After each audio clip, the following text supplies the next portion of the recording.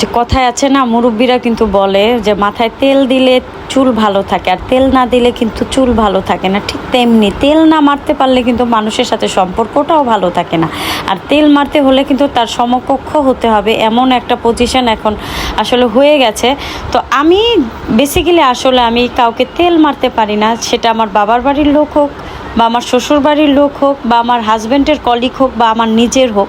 কারণ তেল মারাটা আমি কখনোই পছন্দ করি না। চাপাবাজি, অহংকারী, চাপাবাজিটা বিশেষ করে আমি বেশ কিছু মানুষের সাথে মিশছি, আসলে শুধু চাপাবাজির কারণে আমি তাদের থেকে নিজ থেকে দূরে চলে গেছি, যেটা হচ্ছে আমার হাজব্যান্ডের খুবই পছন্দ। মানে চাপাবাজির স্বভাবটা আমার খুবই অপছন্দ। আরেকটা কথা হলো, চাপাবাজির মাধ্যমে কিন্তু অহংকার চলে আসে, আর অহংকারটা হচ্ছে একমাত্র আল্লাহকেই মানায়। কারণ আমরা মানুষ, আমরা যখন মরে যাব, মরার সাথে সাথে যে আমাদের গোসল করানো হবে, আমাদের শরীরের যে ধুলাটা সেটাও কিন্তু পৃথিবীতে রয়ে যাবে। তাহলে কি আমাদের অহংকারের আছে বলেন? আর এই অহংকারের ক্ষেত্রে কিন্তু তেল মারতে হয়। এই কারণেই বললাম যে এটা আমার খুব খারাপ একটা অভ্যাস।